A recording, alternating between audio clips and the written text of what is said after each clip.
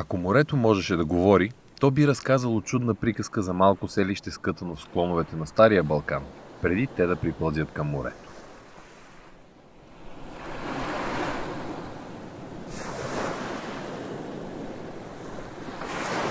Смята се, че е основано от траките, които имали усет за красотата на природата. А морето, което се блъскало в скалите, е същото наше Черно море, наречено някога от древните гърци гостоприемно. Вековете минавали и в 14 век малкото селище носи вече името на светеца Власий, лечител и покровител на християните, обитавал тези места.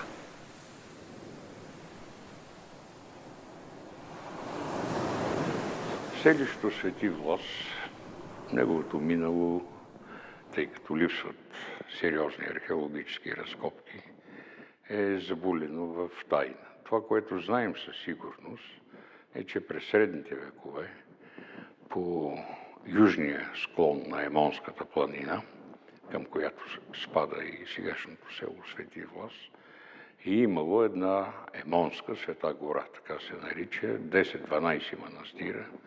И имало там, един от който е бил Свети Влас, друг Свети Андрей.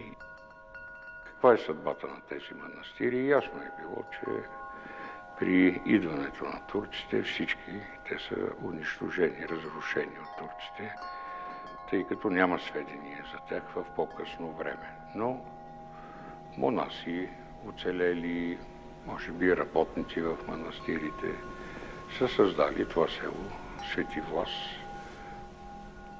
В османските регистри дори селището е вписано с името манастир. След освобождението, името му е възстановено и от 1886 година носи името Свети Влас.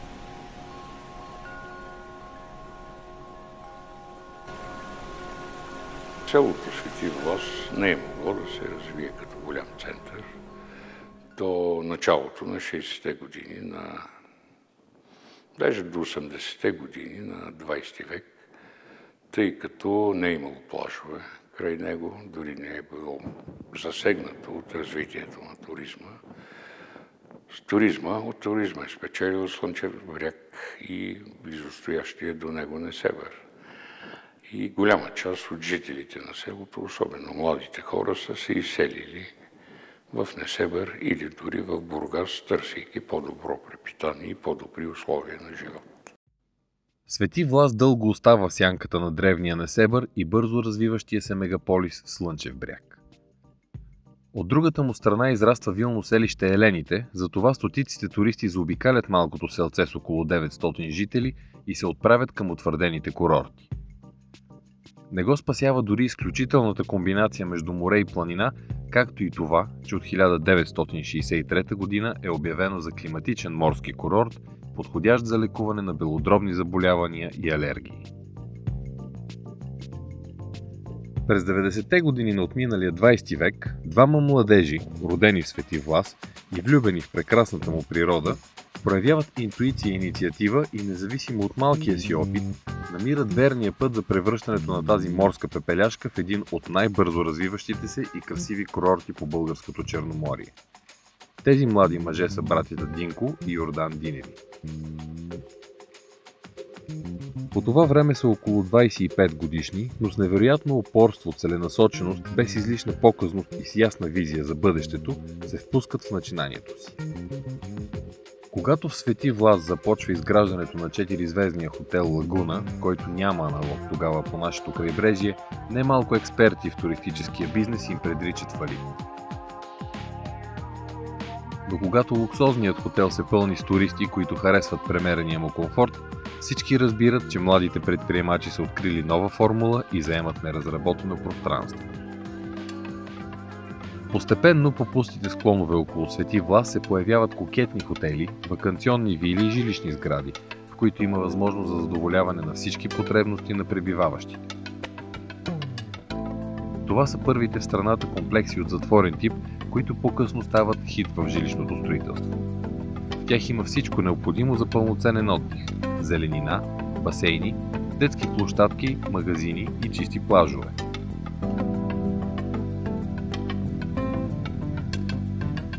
Комплексите включват апартаменти с една или две спални, кътове за размисъл, удобни сервизни помещения и просторни тераси.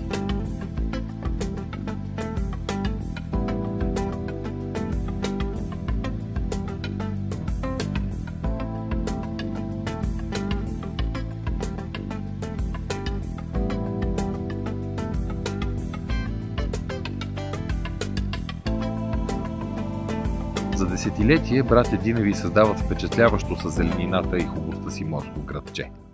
Наричат го Диневи резорт. Архитектурата в част от комплексите с изящните арки и съчетанието на дърво и камък напомня средновековните български манастири и възрожденски къщи.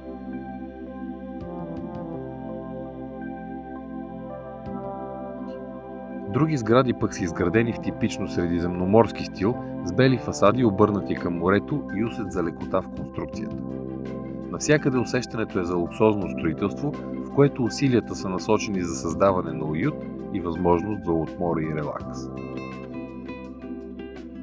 Всеки от ваканционните и жилищни комплекси има развита инфраструктура, предлага всички услуги за живеене и почивка и централизирано управление. Обширните градини и криволичещи между цветята пътеки допълват усещането за простор и свобода. В такава обстановка човек може да живее и целогодишно. Като се прибави и южното изложение на комплекса, изключителното съчетание на море и планина, както и заслона, който Балкана прави от северните и източни ветрове, се получава климат, където 250 до 300 дни в годината са слънчеви. Това е рай, в който деца и възрастни се чувстват прекрасно.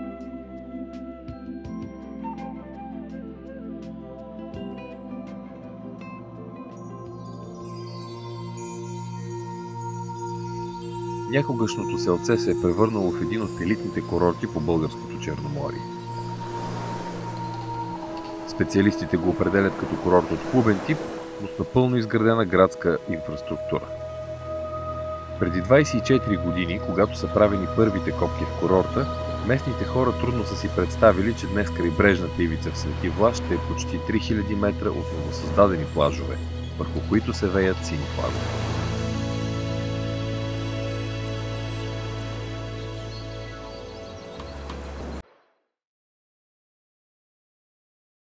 Не е пропусната възможността и за ободрителни спа процедури, които възстановяват гъвкавостта на тялото и връщат самочувствието.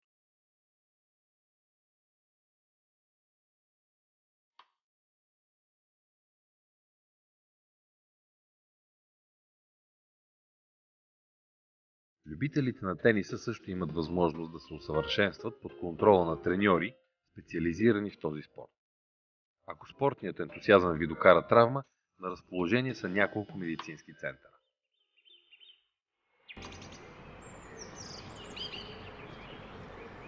Близостта на планината е другия природен дар в Свети Влас. Екотуристическата мрежа, организирана в източна Стара планина, предлага множество маршрути, които отвеждат до старинни манастири, вековни гори или лечебни билки. 5 от растителните видове по тези места са включени в Червената книга на България.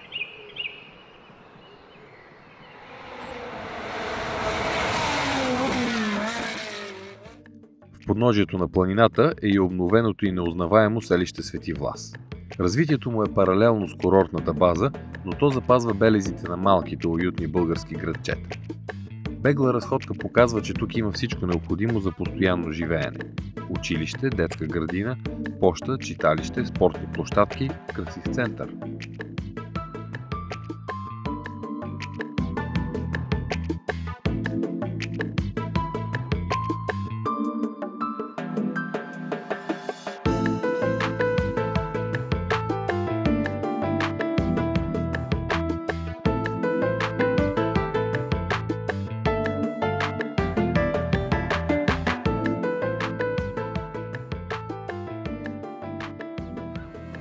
Свети Влас се превърна в българската ривиера.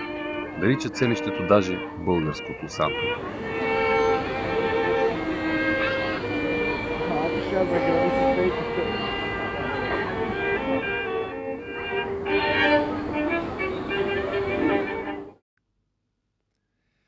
А вечер светлините на Слънчев бряг и Несебър създават особена феерия.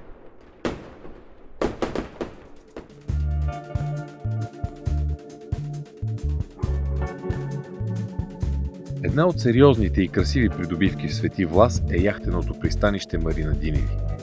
Експертите твърдят, че това е най-съвременният пристан в акваторията на Черно море. Капацитетът му е около 300 лодки от различен калибър.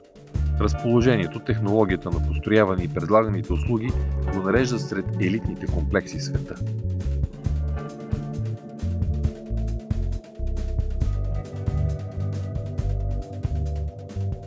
Заради качествата си през 2005 година пристанището печели една от най-престижните за инвестиционни проекти Bentley Award. Каталогът Super Yacht Ports, своеобразна библия за всеки яхтмен, отваря глава за Черно море заради Марина Диневи, като поставя пристанището сред 400-те най-добри в света.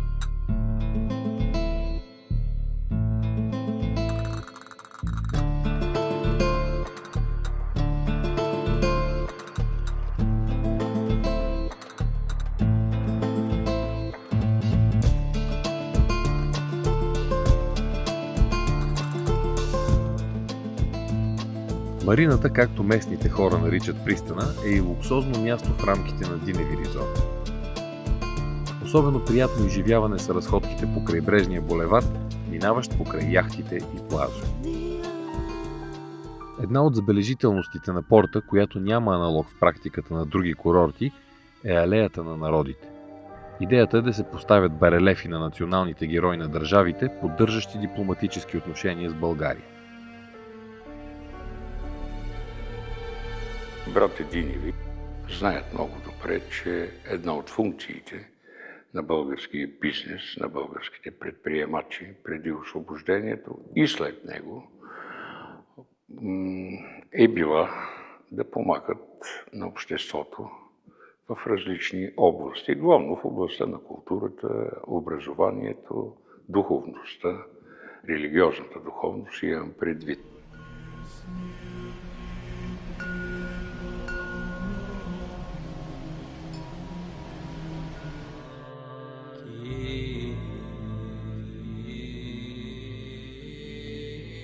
Двамата братя са построили 4 църкви в региона, между които и Бисерът, църквата, посветена на патрона на селището, Свети Влас. През 2007 година на мястото, където е бил съборният манастир Свети Власий, е открит православен храм със същото име. Ктитори на църквата са Динко и Йордан Диневи. Убедени са, че патронът на града, епископът от Кападокия, християнинът живял години в пещерите около селището и загубил живота си заради своята вяра, трябва да бъде почитан.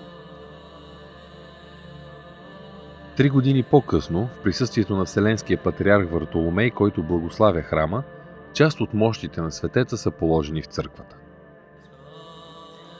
Вартоломей благослави и братя Диневи и ги награждава с най-голямото отличие на Вселенската патриаршия – орденът Свети Андрей Първозвани, заради широката им благотворителна дейност, построените църкви и параклиси и подпомагане дейността на Светия Синод.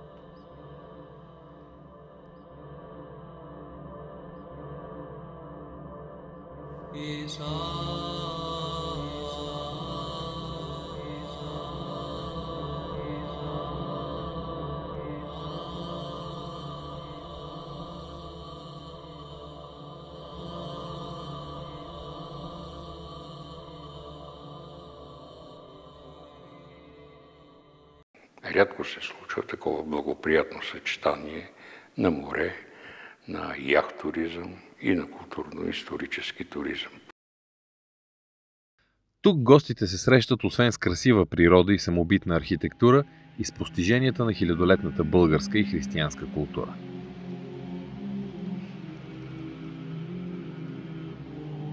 Икони и църковни експонати могат да бъдат видяни в постоянни експозиции.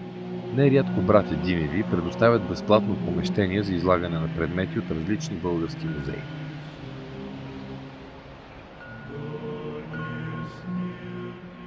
Мога да кажа само за нашата помощ на Националния исторически музей в една от изложбените зали, които братята са уредили. Ние сме правили изложби, и то разкошни изложби, с най-ценните експонати от съответните епохи на сребърна и златна църковна утвар и на български икони. Те бяха посетени от хиляди хора и това наистина е и бъдещето.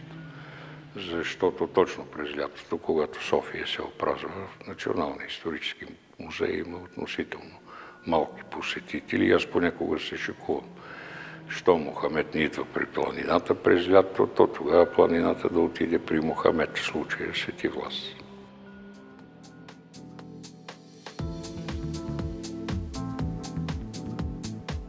Свети Влас привлича много семейства с по-спокойния си ритъм, зеленината и природните дадености.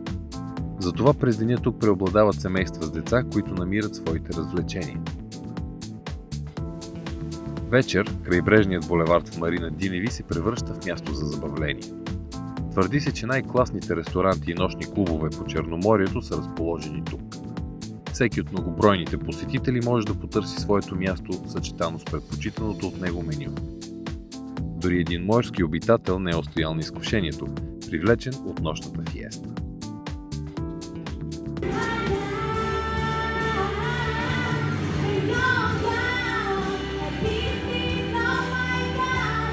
Съвсем наблизо се намира и открития амфитеатър Арена с 600 места, който също предлага възможност за развлечение.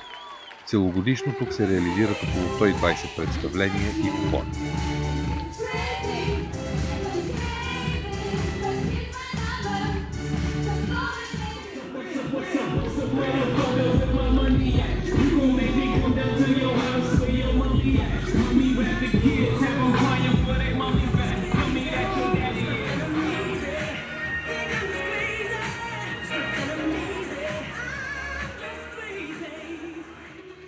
Динко и Йордан Диневи постигат нещо уникално, което няма аналог не само в България, но може би и в Европа. Те построяват със собствени средства туристически комплекс на пълно изградена инфраструктура на стойност милиони левове. Нещо повече. Двамата предприемачи на практика подаряват това богатство, защото според българското законодателство то може да бъде само държавна собственост.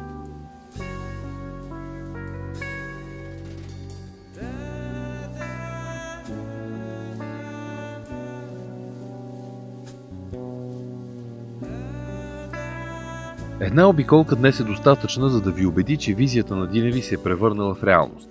Те са променили изцяло облика на Свети Влас, превръщайки го в луксозен курорт с селище от затворен тип, километри изкуствени плажове, магазини, заведения, пътища, църква, амфитеатър и какво ли още не. Най-голямото яхтено пристанище Марина Диневи също е тяхна инвестиция. Това е цитат от представянето на Диневи в българското издание на списание Forbes от 17 август 2012 година.